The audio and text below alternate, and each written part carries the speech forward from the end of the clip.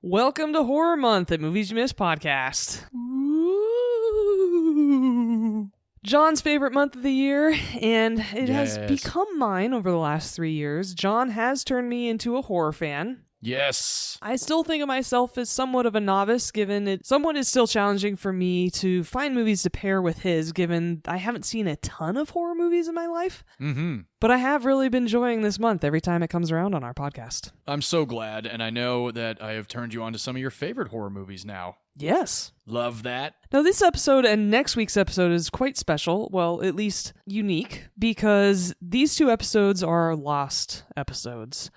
Unfortunately, a water bottle decided to become friends with my laptop last year after we recorded 2 of these episodes, and they were lost, and so was the entire computer, to that mishap. And so what we've decided to do, because we were so happy not only with what we talked about, but also the movies that we picked, we decided to re-record those 2 weeks of Movies You Miss podcast from last year, and so here we are.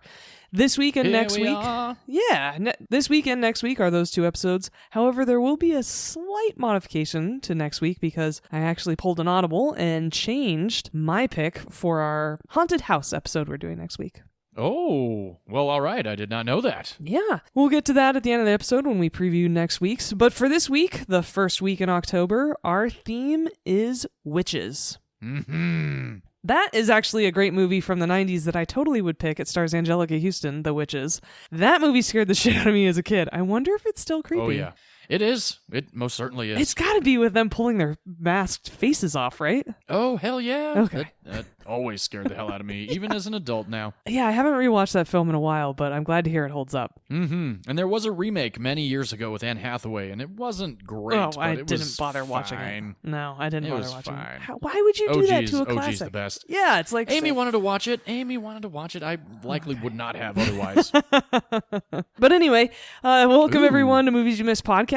Thank you so much for joining us. Even if you are not a horror fan, I promise these are still going to be entertaining episodes, and of course, they will still not have any spoilers in them because we do not spoil movies here on Movies You Miss Podcast. Instead, we recommend movies to you that we think have flown under the radar or are worth revisiting.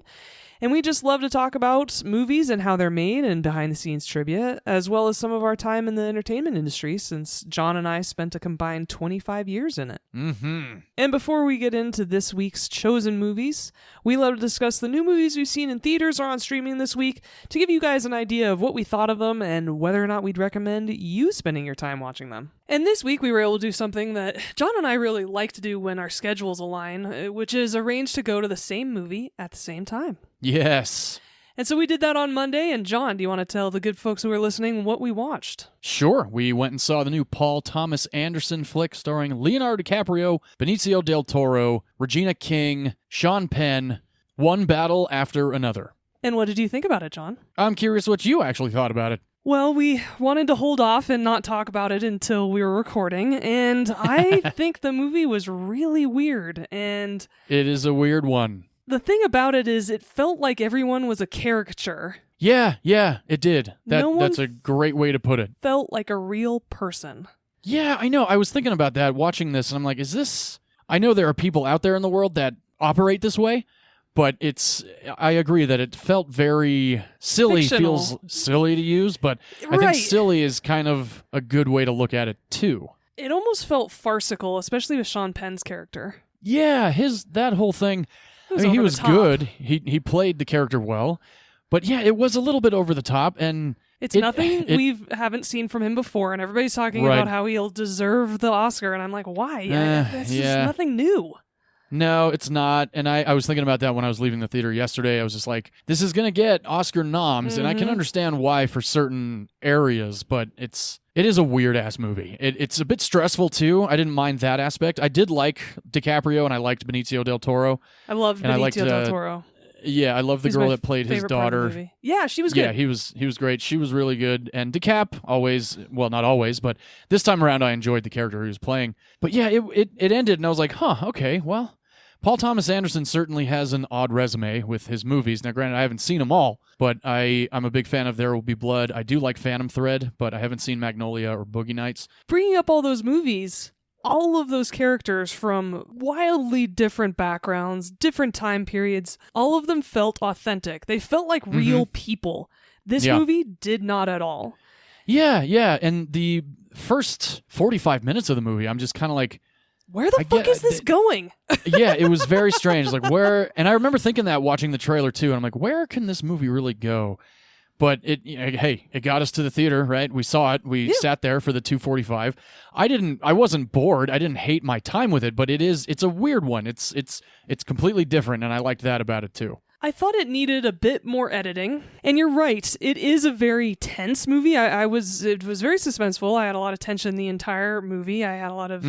I was certainly at the edge of my seat, but when it ended or when it came to the climax of the film, I just didn't care. Yeah, no, I didn't either. I was completely, totally it ended, and I was like, okay, well. Didn't really care about anybody at all in a very strange and unfortunate way, because he definitely tried to get us to. Just the whole beginning of the movie was, I guess, the assault on the audience is important in a movie like this, and I was just kind of like, well, okay then, I guess this is where we're going with this, and I'm sure you know what I'm talking about. Thought too. Oh my god. Yeah, I was like, I'm sitting there and I'm like, okay, then, here we go. I guess buckle up. This is the beginning of something different and strange, and it surely was. Yeah, and unfortunately, in my opinion, and I think in our opinion, just not in the good way. You know, you and I really like weird and strange movies, you more so than me, of course, as it's been well established on this podcast. I will say the one cool aspect of this movie that I did really like is that it was filmed in Northern California. Yeah, that was cool. A lot of it was in Humboldt County, and then some even a little bit south of that. So right around where I grew up, and I recognize a lot of the area, and it felt very familiar to me, which is one aspect of the movie that I did enjoy. Yeah, definitely. I'm with you on that. But I think the best thing about this movie is that we both agree on it. Yeah. We've been disagreeing a bit lately, and it's kind of refreshing that we're both on the same page, actually. It's far from one of my favorites of the year, but it's certainly an entertaining movie. Well, and thinking about it afterwards, my thing was, where would I even put this on my list? Because for me personally, I think it's a you should miss movie. But I know that a lot of people might like it, and a lot of people might think it's an Oscar contender, and Leo's good. Like we said, Benicio's great. Yeah. Sean Penn, I don't think is very good. I think he looked at do you know who? I think you might like this analogy. I think he looked at the Colonel in the Avatar movies and just played off of that. I could see how you think that, definitely. Yeah, there were moments with his character that I was just kind of like, this is ridiculous. I guess we needed this for whatever reason to just show how truly ridiculous this character is. Yeah. So that is both of our opinions on One Battle After Another this week. That is it. All right, it's time to kick off our horror month, and we're going to start with Witches. And I believe you go first this week. All right, let's get into my pick for this week, coming to us from the year 2015. I have chosen a movie from this writer-director before. I actually chose it for our first year of Movies You Miss podcast and our first month of October of horror movies for Movies You Miss podcast. The writer and director of this movie is Robert Eggers. If you don't know him by name, he did The Lighthouse. He did this movie, The Witch, which is my pick for this week. He has done the Nosferatu that came out last year, and he has The Northman under his belt. So he's got 4 films, all of which I am a major fan of.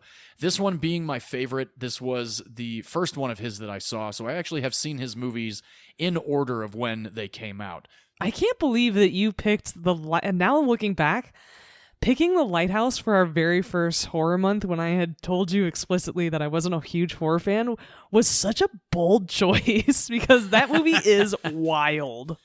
Yes, it is. That's another every October rewatch for me. Sometimes even in the middle of the year or towards the end of the year. I love The Lighthouse. It's so unique. It's so different. Robert Pattinson is just so fantastic in that movie. And that's a beautiful thing about Robert Eggers is every movie that he has made, the cast and the performances are so fantastic, including this one for my pick this week of The Witch. We have Anya Taylor-Joy. This was her feature film debut. We have Ralph Ineson, who we've seen on Game of Thrones, and actually he's also in Nosferatu. And we have Kate Dickey, who was also on Game of Thrones. We have Harvey Scrimshaw, Eli Grainer, and Lucas Dawson in this film. This film is a very small cast, and I think that is also one of the reasons why it's so scary, because we are watching this family completely deteriorate from the inside out. And before I get into any more of that, the breakdown of The Witch is this. William and his family, they're living in the year of 1630, and William is a God-fearing man. He's been bringing his family up to worship the Lord, pray as often as possible so that crops can grow and that they can flourish as a family in this town that they are currently living in. So we end up meeting William and Thomasin and Catherine, and the whole family really, in a courtroom in this village. William is telling these townfolk that he and his family are far more devout to the Lord than anybody living in this village. And they have essentially outgrown the village and need to leave town, denounce this whole town, and live on their own, live off the land. And that is how they are going to show the Lord that they are strictly for him and strictly for the word of God. So the town is like, all right, hey, William, you know what? If that's how you feel, fuck right off. Get out of here. We don't need you, and best of luck to you in 1630 Massachusetts. Oh, God. Yeah. So William takes his family, Thomasin, Catherine, and Thomasin's two younger twin brother and sister and her middle brother, and leaves town, going off into the wilderness to try and begin a brand new life, living off the land, building a home, growing crops, and essentially giving themselves to the word of God and showing God that they are far superior than the people that they just left behind. We also find out that Thomasin has a brand new baby brother that Catherine and William are beyond elated about. They also have this black goat called Black Phillip, and these two twin brother and sisters of Thomasin are very eccentric. They're always spouting off some very interesting dialogue, and they're always playing with each other, and they start to kind of tease Thomasin about the fact that maybe something is off about Thomasin and her being a part of this family. We're also treated to some pretty incredible cinematography, and the plot of land that they end up settling in is right along the lines of a very thick forest. And one day Thomasin decides to take her brand new baby brother on a walk and play peekaboo with him.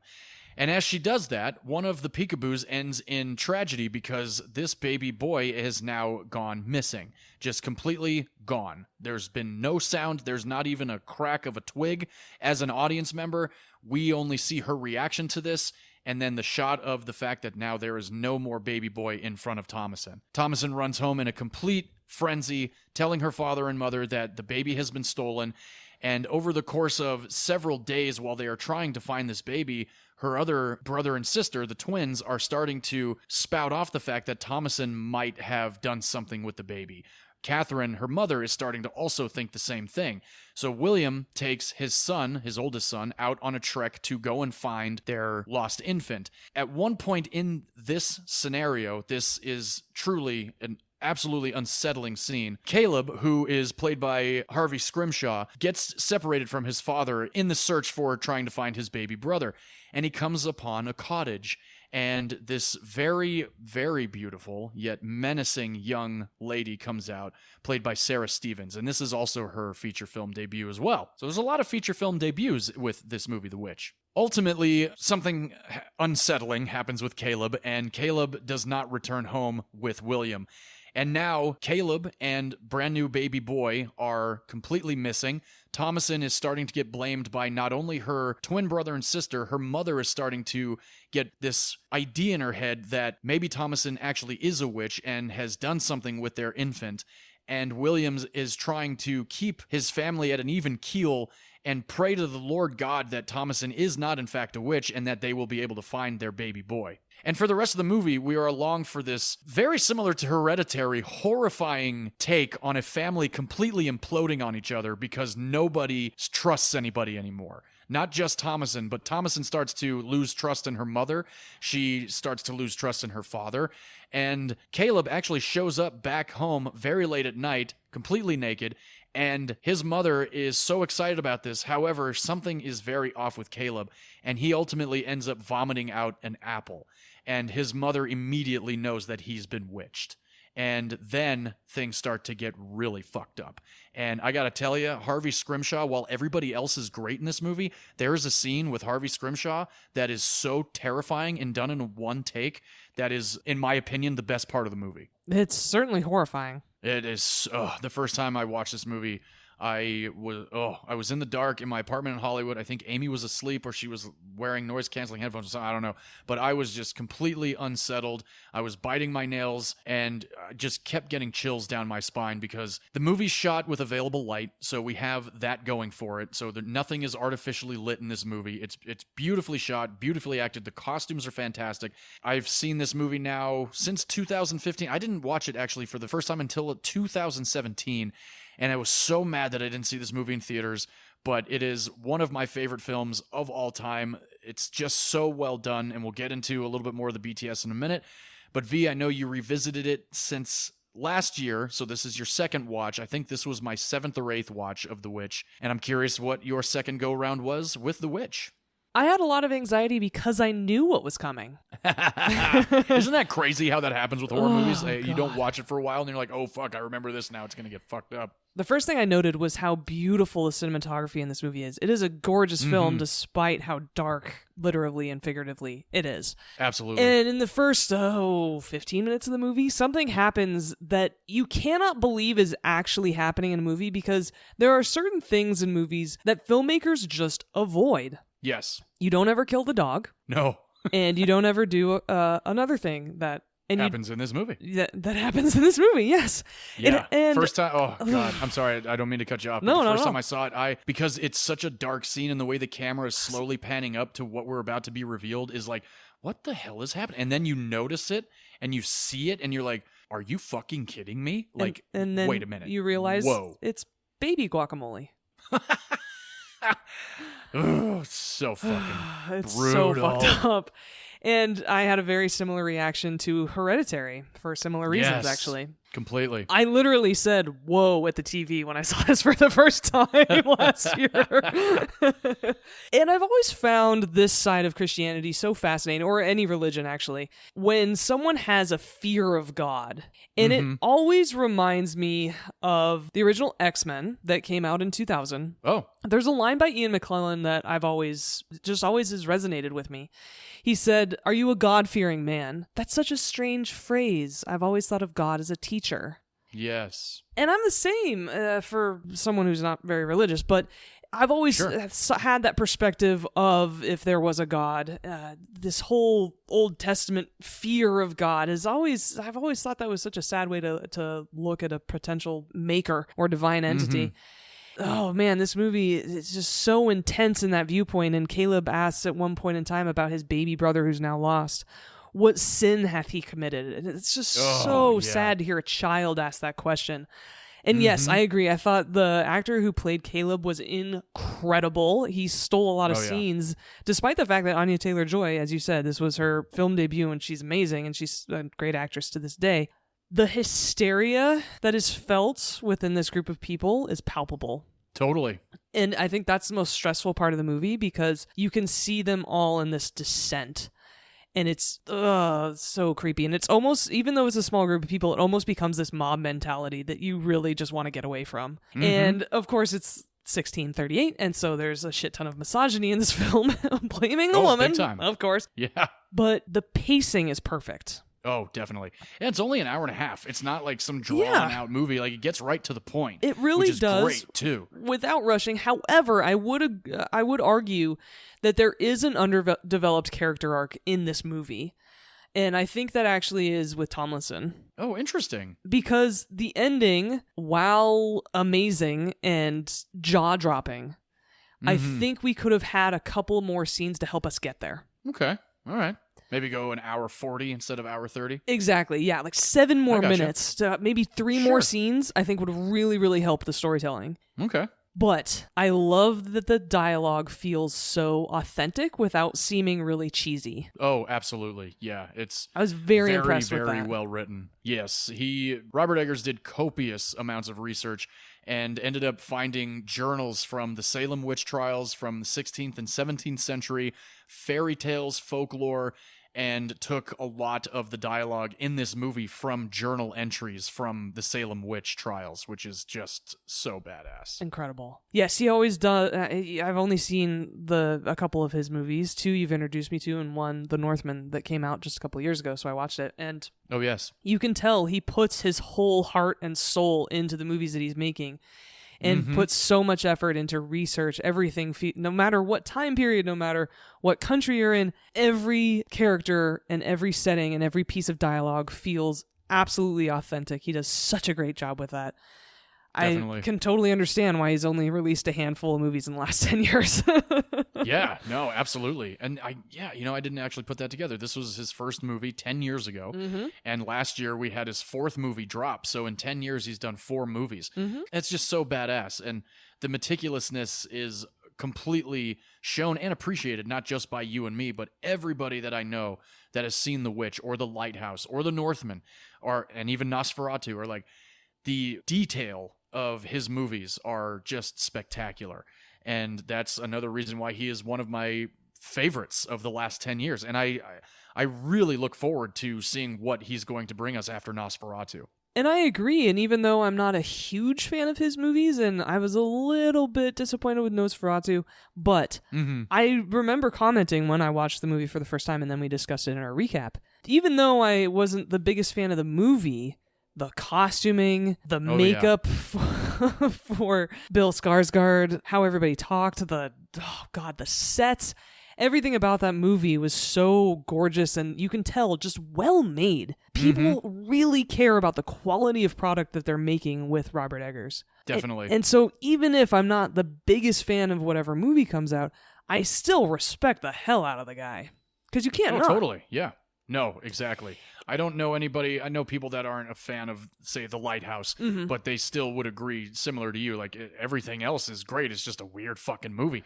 And it absolutely is. And like you said, it was a bold choice to do that one first go round. But that movie turned me on to Robert Pattinson. And if you've seen it, any of our listeners, or listened to that episode, both of those guys, Robert Pattinson and Willem Dafoe, just powerhouse performances. Absolutely, and I think of the meme Absolute Cinema whenever I think of his movies. Yeah, Robert Eggers is amazing. And this time around, though, watching this movie for a second time, I thought about it a little bit, and I'm curious if you've read anything about this or what your thoughts are. It seems like every member of this family embodies a sin. Oh, totally. Yeah, absolutely. And I caught that this time around, and it added a lot of depth to this movie.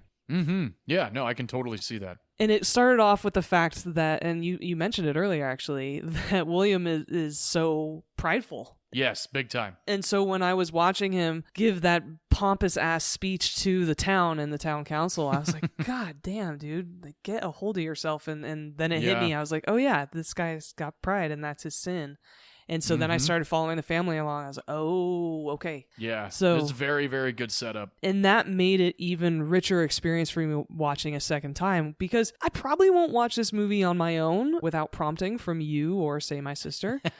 But sure. It's nice to know that I could get more out of a movie that I like it. I don't necessarily love it. I certainly love Hereditary way more, and The Conjuring and stuff, but it's a great film.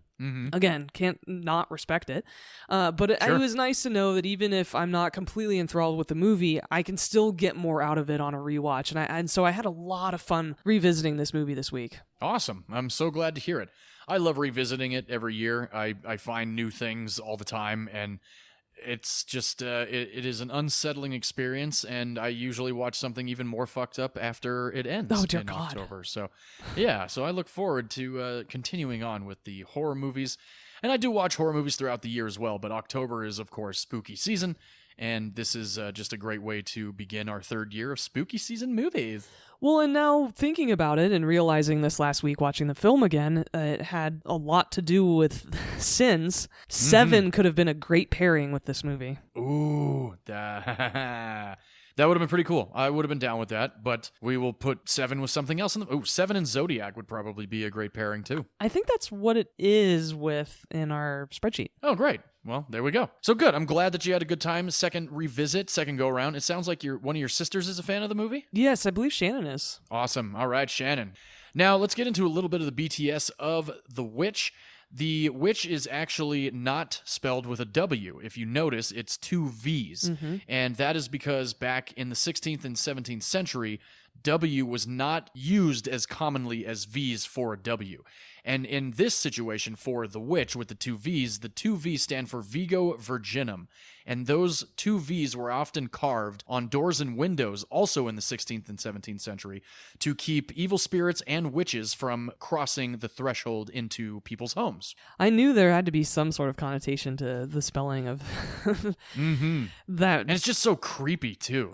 I remember seeing the poster for this. Creepier. Yeah, you're absolutely right. Yeah. And I was thinking back in the 1600s, I was like, was W used much? So yeah, that totally makes sense. And the poster for this movie is great. Just the VVitch, the Vitch. I always call it the Vitch, which is not correct, but just to kind of like make my wife kind of chuckle. But you got Black Phillip on the poster as well, and we'll talk a little bit more about Black Phillip and that goat in just a few minutes. But Thomasin is actually based off of a mid-17th century teenage girl named Elizabeth Knack. And she was accused of being a witch because she had a whole bunch of different types of fits that were actually like fits, like, hey, she had some BFs, just like last week's episode. She had some bitch fits. Very, God, don't Far know. different So bitch different. fits. Yes, and of course, in the 17th century where she lived, Elizabeth Knack, that was frowned upon, and they thought that maybe she was involved in witchcraft. And I actually could not find anything other than that about Elizabeth Knack, but just the fact that Thomasin is based loosely on this young girl is pretty intense, and that's another thing that's amazing about the movie, is the authenticity going back to the fact that, because Thomasin has a fit or two in this movie, and not as intense as her twin siblings or as they're little Caleb does. shitheads, by the way. I didn't even bring that Yeah. up when I was talking about the film. God, I hate them even more this year than last year. Yeah, they're fucking insane. And their song about Black Phillip is terrifying because it just gives you more info of the fact that, is Thomasin really the one that's having the issues here? Or is it somebody else in the family? So there's just so much going on in this hour and a half, and it certainly keeps you guessing up until the final, 5 minutes. I've talked about Black Phillip. That was a goat that they had on the set that was completely problematic. Robert Eggers had a whole bunch of different scenes involving that goat, but since it was such a difficult animal to work with and to train, Robert Eggers cut out the rest of the scenes and only used what they were actually able to shoot with that goat. And there's a couple scenes with that goat that are freaky as fuck, too. Oh, and yeah. not just the moment that really scares the living shit out of you. There's several others that are very unsettling. The Satanic Temple, which I'm sure we've all heard of, endorses this film. They give it 2 thumbs up. They hold screenings for this movie, call it an impressive presentation of the satanic insight. And that's pretty high praise coming from the Satanic Temple. Yeah, I could see given the messaging in this film. There's an actress in this movie that plays one of the older witches that we see on screen. Truly fucking horrifying when we actually do see this witch on screen. Her real name is Bathsheba, and Bathsheba was the name of the demon in The Conjuring. That is, can you imagine being like, oh, she's so beautiful. Bathsheba is going to be her name. She goes through life. Oh, that's a good metal name. Oh, totally. Yeah, we're Bathsheba. Yeah, that would actually be a pretty sweet death metal name. Absolutely. Robert Eggers, like I said, this was his feature film debut. He had done a couple of short films before this, and while he was in the process of doing these short films, was writing this movie. His editor of his short films was working on another movie with some producers. I couldn't find the names of these people, but suffice to say, his editor brought this script of The Witch, which was unfinished. The producers liked the script that they read and decided to begin the campaign to raise money to get the movie made. Awesome. This movie was shot in 25 days. I could totally understand that given they don't have to set up any lighting. Sorry, Key Grip, you are not needed on this shoot. I know, right? And there's only 6 people in 90% of this movie. Yeah, exactly. There is a hare that appears in this movie. I'm sure you remember the scenes where that little creature is in the woods. Very creepy. The reason for this is because in colonial England, they were believed to be magical creatures. And they also thought that witches were turning themselves into hares so that these witches could actually get closer to family members and children. I have a rabbit. It was rehomed to me by my nieces, and I can tell you, doesn't have any magical properties. He just likes to chill and eat vegetables. I know Amy really wants a rabbit in the future, and I think it would be kind of fun to have a rabbit. He's super soft. Oh, cool. Yeah. That's awesome. I've only pet a few rabbits in my day. I've eaten rabbit, and they taste good. Oh my God. Don't tell my nieces that. Yeah, he's really chill. Sorry, nieces. That's cool. What's his name? Bill. Oh, all right. I was going to say, is it Bathsheba? That's what it's going to be. Stephen King gave this movie very high praise, saying that it certainly terrified him. Of course. And I agree. Yeah, as he should. I know. Very high praise coming from the master of horror, as they call him. And he certainly is. He's got some very scary books out there. Including one we're going to talk about in just a couple minutes. Yeah, very true. Awesome. Now, this film had its Sundance premiere January 23rd of 2015. It had its worldwide premiere on February 19th of 2016. Sundance, R.I.P. Robert Redford. Yeah, oh, that's right. That is right. Yes, rest in peace, Robert Redford. Yes, I'd really like to do an episode in his honor at some point. Sure. The budget for this movie was $4 million. On a $4 million budget, the domestic box office was $25.1 million. Nice. And the worldwide box office was $40.4 million. Oh, yeah. So for being a debut for a lot of people involved in The Witch, this movie did damn good. And I believe this was one of those go-rounds for a first-time director that a blank check showed up on his desk, and that's how we got The Lighthouse. Oh, yeah. This was like Reservoir Dogs. I remember everybody talking about this movie. Yeah, same. And that's why I kick myself in the ass for having not seen it in theaters during its original release. As you should. But I love it so much, and I absolutely should. And the year 2015 had a lot of really good movies, but I'm just going to drop the fact that my pick for this week was the 98th highest grossing film of 2016. Oh, that snuck in the top 100. Yeah. I know. Pretty awesome. So that is my pick this week, bringing us into the month of October and horror movies. It is currently no longer streaming on any services, but you can rent it on Apple or Amazon for $2.99. I watched my Blu-ray copy and watched all the behind the scenes for the first time because this is one of those horror movies that I tried my best to stay in the world of, but I now know how it was made, which is still not the end of the world. I love this movie, and I'm glad, V, you enjoyed it as well, and I'm glad that your sister also enjoys it, and I hope to turn some people on to this movie that have not seen it, that may have only actually seen Nosferatu or have only seen The Northman. So give The Witch a shot if you like an hour and a half. If you have an hour and a half, definitely watch it in the dark and turn the volume up because the score, which we did not talk about, is fantastic. Ooh, yes, it is. Sweet. All right, V, I think it's time to jump over to your witchy pick. What do you think? I think that's a great idea. So let's rewind several decades and go back to high school and talk about your witchy pick for this week. Sounds good. I picked a movie from 1976, although it is set in present times of 1976, so it takes place a couple centuries after yours, but it also involves someone who's been accused of being a witch, because I picked the very first film ever to be based on a novel by Stephen King. Ooh. This is Carrie. Starring Sissy Spacek, Piper Laurie, Betty Buckley, Edie McClurg, and one of John Travolta's earliest roles. Oh, that's right. He is in this movie. Directed by Brian De Palma. This film takes place mainly at a high school back in 1976, and unfortunately not many things have changed because there are horrible bullies at this school. Oh, big time. This film actually opens up in a women's locker room with a bunch of women showering, so heads up for everyone because there's nudity and violence in this movie. Mm-hmm. And the opening credits are just meandering through a shower scene, actually, in this locker room, and finally land on a small, meek girl that we later learned is named Carrie. And unfortunately, Carrie has been highly sheltered throughout her entire life because she has a religious zealot of a mother. Oh, yeah. Sound familiar? Yeah, just a little bit. Another reason why I picked this film to pair with The Witch. And because of this, she has no idea what's going on when she unfortunately starts to get her period for the very first time. Mm-hmm. She understandably freaks the fuck out because her body is bleeding. I cannot even imagine the reaction that I would have if I knew nothing about what my body was doing at that time. It genuinely must have been so scary for a girl like Carrie, and I feel so bad for her, especially because it happens in public, and unfortunately, this is the exposition scene to show how vicious these girls are in this high school. They start laughing at her and pointing at her and throwing sanitary products at her and tampons. Oh god, it's so awful.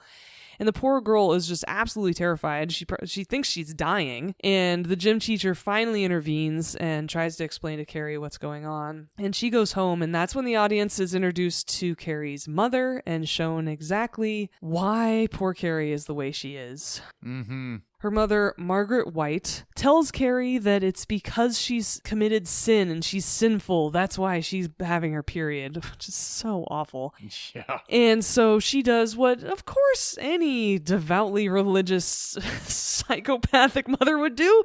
She locks poor Carrie in a closet, which is the prayer closet, basically, with the most so ridiculous, awful and threatening and menacing religious iconography that's all over this household, actually. It's so fucked up. Those statues were terrible. They are, and one of them is actually, it looks like Christ. He's on a cross, but there's a ton of arrows sticking out of him, and it's actually Saint Sebastian. Anyway, she's now locked in this closet for a while, and she's supposed to pray everything away, and oh God, it's just so sad. This poor girl is completely alone, and to endure this abuse on both sides. Every aspect of her life, she has abuse in it, and it's just such a bummer.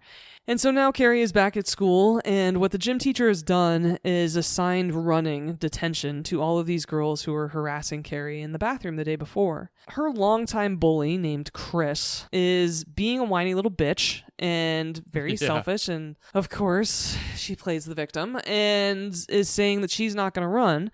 And the gym teacher threatens the entire group of girls, saying, if you don't run, you're not going to prom. I'm going to ban you. And Chris throws a little BF. Bitch fit, and little nod to last week's episode, and and stomps off and says, I'm not running. And so now she's banned from the prom. And like I said, now Chris thinks she's the victim and decides to plot vengeance against Carrie because, of course, it's Carrie's fault. Oh, yeah, totally. 100%. And this is where John Travolta comes into play, because Chris's boyfriend, Billy, is played by John Travolta.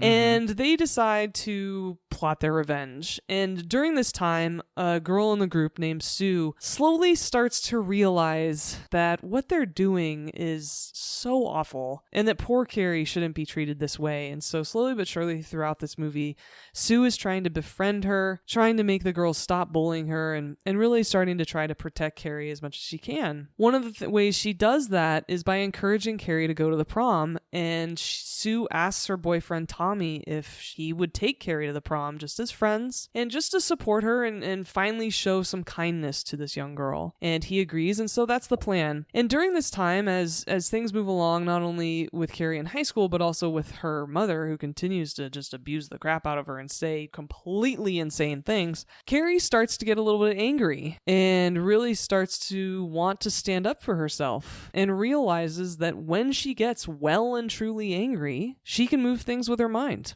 Imagine the reaction that her mother's going to have to this. So Carrie starts getting books from the library on telekinesis, trying to figure out and understand what's happening with her. Again, a whole bunch of different things are happening with her body, and the poor girl is really at a loss and doesn't know who to go to. So she goes to the library, because remember, this is 1976. They didn't have Google at the time. Yep. And so all this is culminating in everybody going to the prom. Well, except Chris. And everything seems to be going really well. Carrie looks great. She's very happy to be there. Tommy is genuinely being kind to her and has started to spend time with her and realize that he does just want to be friends with her, that she is a nice girl who he enjoys talking to, and Sue's starting to feel the same way. But unfortunately, Chris and Billy have set their quote-unquote revenge plot into motion. Mm-hmm. And what they've done is slaughtered some pigs at a local farm, which that scene was awful. Yeah, that was pretty twisted. Yeah. And have put the blood in buckets and put those buckets in the rafters of the gym. And this is where we get this classic scene of Carrie winning prom queen and being so happy and realizing that people can be nice to her and friends with her. And Chris and Billy dumping pig's blood on her. And she rightfully gets pissed.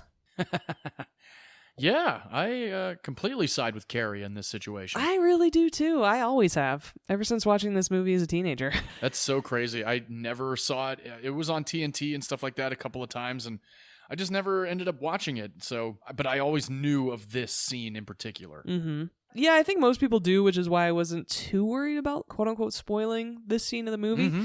Because I think no matter what, even if people haven't seen the movie, they know the reference and this particular scene. Definitely. And so for the rest of the film, Carrie is battling with her newfound powers and the justifiable rage that is now rolling through her entire body because of this, and trying to decide who all has done this to her, as well as what she is going to do about her mother's continued escalating violence and abuse in their home. Oh, yeah.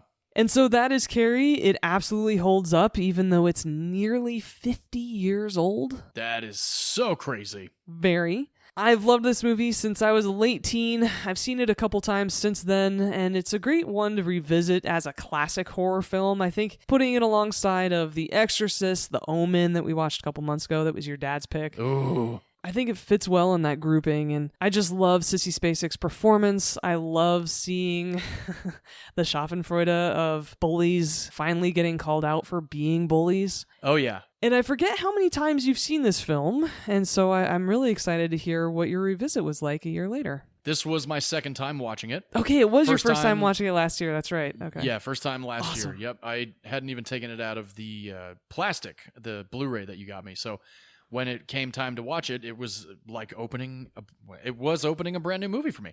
So it was great to finally see it and put so many different references, put a face to a reference, if you will. Mm-hmm. And other than the pig's blood scene, I had always known about a couple other things that go down in this movie, particularly when she is at the dance. And I always heard, I can't remember if it was a stand-up comedy routine or if it was like a Family Guy or a South Park thing, but it had to do with that insane, nauseating 360 shot Yes. of her and Tommy on the dance floor. Good God, that was way too long. I don't know how the camera operator was able to do that as long as he did, including the focus puller, keep that in focus. I mean, a round of applause to all of them for that, because that was really intense. And truthfully, there's nothing intense in the scene at all. It's just so jarring. And I really just kind of felt like, okay, it could have been cut like 3 minutes ago. Yes, I totally Yeah. agree.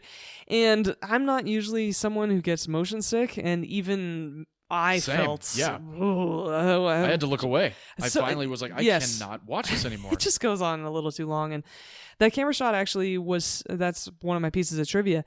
It was set up by placing both of them on a platform that was rotating. And Oh, it no went way. one direction while the camera was being dollied in the opposite direction. That's pretty cool. It certainly is a cool shot. It just goes on for way too long. Yeah, technically speaking, it's a cool shot, but Yeah. that's as far as it goes. But other than that, definitely Spacek killed the role, no pun intended at all, but so good. I have not read the book. I've read a handful of Stephen King books. This was not one of them. Her mother completely just pissed me off the whole time. Of course, she does a great job doing that. The actress, I know you'll mention her name in a few minutes. But the moment you talked about just a few minutes ago where she's at home and her mom throws her into the prayer closet, that just scared me from minute one, because I don't know a whole lot of moms that are like this, but it made me think about moms that potentially could have been like this. And me growing up in a very heavily Christian household throughout my childhood, luckily there was no prayer closet. And we didn't have statues of Jesus or anything like that around the house, but we did go to church every Sunday. It was a thing, and that has completely changed in my life over the last several decades. But the opening of the movie when she gets her period and the bullying, I mean, the crazy thing about Stephen King is a lot of the horror is really more humanistic horror than anything else. Sometimes it's supernatural, sometimes it's an animal, Cujo, or a car, Christine. Pet Cemetery. Pets, yeah, scary as hell. But Brian De Palma did such a great job capturing the essence of being a teenager and being bullied as a teenager. And Sissy Spacek did a great job of receiving that bullying and then completely coming into her own when the whole pig's blood thing happens and she just really starts to mature into her abilities. And the climax of this movie is really damn good. And I remember I kind of gave it like a light golf clap at the end. I was like, all right, hell yeah, that's good. Totally great to revisit it for the second time. Awesome. I will likely make this a every October watch too, because it is such a classic. Similar to like how I talked about The Omen being my father's pick for Father's Day. Such a twisted ass movie and completely merits rewatchability. And I know so many people that are fans of the original Carrie. I know there's a sequel called The Rage Carrie 2. Yeah, we're not going to talk about that at all, ever. Okay. And then Chloe Grace Moritz actually had a version of Carrie come out, I think, in 2014, which I never did see. But I do like her, so maybe one day I'll give it a shot. Didn't she just get married? She did, actually, yeah. So Yeah. congrats to her and her wife. I didn't actually know that she was a lesbian. I didn't Very either, cool. and every single comment I saw online said the exact same thing. Yeah, it's obviously not like we need to know her personal life, but that was very cool news. Yeah, And I was very happy for I think her. I've mentioned before I've worked with her, and she was so awesome. She was great. So yes, big time fan of Carrie, the original, and I'm glad you picked it. It was a great pairing for my pick this week of The Witch. It really was, and given the fact that it was a first-time watch for both of us on each other's movie, it naturally became a really nice pairing, and we were pretty stoked about it. Hell yeah. So there are a couple other things I want to tell you about this movie, that it was Stephen King's very first novel to be adapted into a film with a $1.8 million budget. Ooh. And $2,500 of that budget went to Stephen King for the movie rights. Hey, nice. Good job. He had no regrets over the small amounts. It was the first time anyone bought his book for film. I'm sure he was totally stoked. And I would be. he said he was just fortunate to have that happen with his first book. And then, of course, it went so well that there were subsequent books adapted into movies of his, and now he's rolling pretty well. And so I love Stephen King. I think he is... Same. I love his autobiography. It's called On Writing. I highly, highly recommend it. It's hilarious. Yeah, you mentioned that before. I would like to read I it. think in last year's episode. I think so. And I'm a big fan of several of the movies of his that we've done on this show, and I think we're going to do more as well. Yes, we are. But the ending of the movie is different than the ending of the book. Oh, interesting. And like The Mist, Stephen King likes the ending of the movie better than the ending of his book. Oh, okay. I know Stephen King is notorious for being told that nobody likes the endings of his books. It is a common comment. Yes, that's true. Yes. Yeah. The books I've read, I've liked the endings of, so I haven't, I guess, hit that moment in time yet. Yeah, I've only read 2 of his novels so far, but I've liked them okay. both, so I need to keep going. I've read more than you. That's true. As long as you don't watch more documentaries than me this year, we'll be okay. Oh, I'm going to. And Bernard Herrmann was originally slated to be the composer on this film. He had worked with Brian De Palma before, and he had been Oscar nominated for one of Brian De Palma's films, Obsession, that came out. Oh. Unfortunately, he passed away before the film was completed. And so That's too bad. his 4-note violin theme from Psycho was able to be used repeatedly in this film. Oh, yeah. There was definitely familiarity in the soundtrack to Carrie. The name of the high school in the movie Carrie is Bates High. Yeah, I noticed that. And so that means there's several nods to Psycho in this film, which is pretty cool. Mm-hmm. And Paul Hirsch, who's the editor of this film, his credit at the very beginning of this film, while the credits are popping up on screen, appears at the same time as Nancy Allen, who plays Chris in this movie, appears in the locker room fully naked. Oh. And so Paul Hirsch recalls all of his friends coming up to him and asking, "How come your name isn't in the movie?"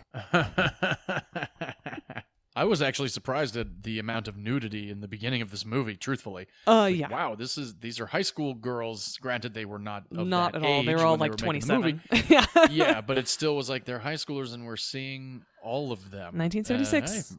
No complaints. No. And Sissy Spacek, as I said, plays Carrie in this film. She's fantastic in The Coal Miner's Daughter, where she plays Loretta yeah, you told Lynn. me It's a about that musical biopic. She's Vince Vaughn's mom in 4 Christmases.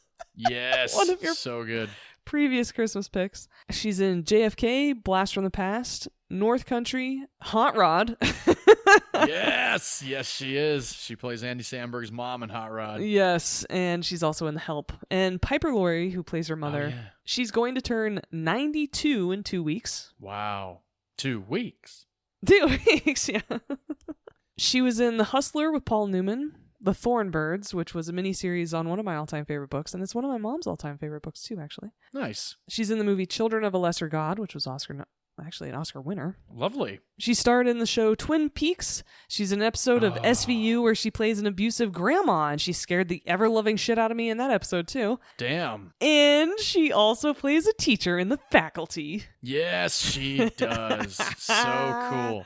I knew I recognized her. Uh-huh. I knew it too. I'm like sitting there and like, I know I've seen this face, and I couldn't remember what it was, and I try not to IMDb anything from your movies, so I'm glad that you were able to drop that on me, because we just did The Faculty not very long ago. That's right, a couple months. It was not in a horror month. No, it was not. Betty Buckley is Miss Collins, the gym teacher. This was her first ever credit. And she appeared also in Frantic, The Happening, which is one of the worst movies ever made by M. Night Shyamalan. Yes, it is. And just in general. Absolutely. But she's also in another M. Night Shyamalan film, Split. She's the psychologist. Oh, yeah. Split is awesome. Yes. And she also actually appears in Law & Order SVU as a division chief for the prosecutor's office. Very cool. Yeah. Edie McClurg is one of the friends, Helen, who actually has a few lines, and she improvised all of them. And Brian De Palma, really? Yeah, Brian De Palma liked them so much that he kept them in the film and was okay with it. Edie McClurg, she's much younger in this movie, but she actually is in Ferris Bueller's Day Off as Grace, the secretary to the principal. She's a bit of a dingbat and has got that big poofy red hair, and she's got a very memorable voice. And so you will recognize it in A Bug's Life that I just chose a couple weeks ago, because she is one of the assistants to the Queen, and she's the one in the blooper where she's talking to the cardboard cutout and accidentally knocks him over. Yeah. She's like, "Oh, well, put that thing in my car." Put that thing in my... So good. Yeah, and Brian De Palma directed this film. He's hit and miss for me, even though I know he's more hit and miss for you. Because he directed The Untouchables with Kevin Costner and Robert De Niro. That was my pick for episode 106 that you hated. Truly hated. He directed Dress. I wonder if you hated it more than I hated White Chicks. I don't think that's possible. I think there might be an equal hatred for The Untouchables like your White Chicks hate. Which means I still hated Hamlet 2 more. Oh, that's funny. Yeah. Brian De Palma also directed Dress to Kill, which is a Michael Caine movie. Blowout, which was a John Travolta movie. Oh, wow. I didn't see that one. Scarface, Casualties of War, Bonfire of the Vanities, Carlito's Way, Snake Eyes with Nicolas Cage, Mission to Mars, The Black Dahlia, which is one of the worst films I've ever seen. Awful movie. Garbage movie. Yep. I hated the book, too. I read a book called Severed on the Black Dahlia, which is about Elizabeth Short, who was the Black Dahlia. And it is an incredible book. It really delves deep into the people that she was hanging out with at the time of her death. And the crime scene photos have been burned in my freaking head forever. Oh, yeah. The Black Dahlia with Josh Hartnett, Scarlett Johansson, and Aaron Eckhart is awful. Awful. Ugh, we will never have it on the show. Nope, we will not. And we both hate it, so we would never pick it for Movies You Hate episode either. Exactly. But Brian De Palma redeemed himself because he directed the first Mission Impossible movie. Hell yeah. And Sissy Spacek took this role very seriously. When she was preparing her character for the movie, she actually isolated herself from the rest of the cast in order to create that separation that comes in the movie itself. She decorated her trailer with heavy religious iconography. Ooh. She studied an illustrated Bible. She also studied the body language of people being stoned for their sins. And she starts or ends almost every scene in one of those positions. Ooh, that's creepy. Which was such awesome a great choice. Yeah, I mean, just how creative that thinking is and diving so deep into this role. So incredible, and God, she's such a good actress. And when filming the prom sequence where she becomes very bloody, she had her trailer moved to be right behind the set. And so when she was covered in fake blood, for continuity purposes, she decided not to take a shower. Oh. She instead slept in her bloody clothes for 3 days. Oh my gosh. To film that sequence and keep it consistent. Very cool. Oh, God, I'd get so itchy. Oh, I can only imagine how itchy she was. I couldn't do that. But she also later voiced the audiobook for Carrie. Oh, that is so cool. Yeah, I think that'd be a great way to listen to that book. I would really like to listen to that, truthfully. It's almost like she lived it. Mm-hmm. And Quentin Tarantino has said this is one of his favorite movies ever. Awesome. And Martin Scorsese saw the film 3 times in theaters. Hell yeah. So that is Carrie from 1976. It was shot over a period of 50 days. 50 days, wow. Mm-hmm. Well, that's interesting since mine was shot in 25 days. Yeah. And though your movie was filmed in half the time, it had double the budget because, as I said, my budget was $1.8 million. But worldwide, the gross for Carrie in 1976 was $34 million. Wow. Hell yeah. Yeah. That's awesome. It did great, and it was nominated for 2 Academy Awards. No kidding. Sissy Spacek was nominated for Best Actress, and Piper Laurie was nominated for Best Supporting Actress. That is so cool. Well deserved. I had totally deserved. I had no idea. I totally agree. They both did a great job, and I hope they were able to at least be friendly when they shouted cut. I know, right? Yeah, that does make me, in situations like that, it's so curious because in a future pick of mine, an actor decided not to spend any time with the children that he had to work with, and we will discuss that in next week's episode. Yeah, that's happened a couple of times in the movies that we've picked, that an actor makes a purposeful decision to separate themselves from the rest of the cast. And didn't that happen in... Not Showgirls. What's her name? Eddie Murphy. Jennifer Hudson. Oh, Dreamgirls. Dreamgirls. Sorry, not Showgirls. I knew it wasn't that. Sounds like Showgirls. But didn't the director have Jennifer Hudson be separated from the rest of the singers? I don't know if she was necessarily separated from them, but she was told to show up late. That's and right, be yeah. very diva forward with all the other ladies. Well, and I remember in Saving Private Ryan, they had Matt Damon not go through the boot camp with them, so there was resentment created. That is so true. So that is our first week of our horror month in 2025, covering witches. We hope you had a good time with it, and we hope you enjoyed our re-recording of this episode for you all, so you can listen to it. We have a lot of firsts this year. Our first re-releases, our first re-recordings, our first Movies You Hate episode. Yeah. Definitely give last week's episode a listen if you haven't already. And John, I would like to ask you if you would watch The Witch with your grandma. 1,000%. I wish I did. My grandmother would have loved it. It's disturbing, but for people in your life that are okay with that, I think they'd love this film. I'd totally show it to both of my parents. Oh, good. I'm glad to hear that. Now I want to hear what your parents have to say about The Witch. Yeah, for sure. And V, would you watch Carrie with your grandmother? I would watch it with my dad's mom. My mom loves the film, and so I'd watch it with her. And other than the nudity in the beginning, which is not sexual at all, it's just a locker room, it's not a very hard R. It's mostly bullying. No. And yeah, mostly bullying. I think the nudity likely brings it to the R rating. Yeah, absolutely. I would say 17 and above for both our films this week. I would say 15 and above for mine. Fuck no. Absolutely not. Dude! I know what happens in the movie. I've seen it. Yeah, Yeah, Jesus. I'd say 15 and above. God, no. Don't listen to John. I also I don't have kids and don't think of it that way, think of movies that way. Right. My niece just turned 16. There is no way in hell I'd show her The Witch. Oh, well, send her my way. I'll show her The Witch.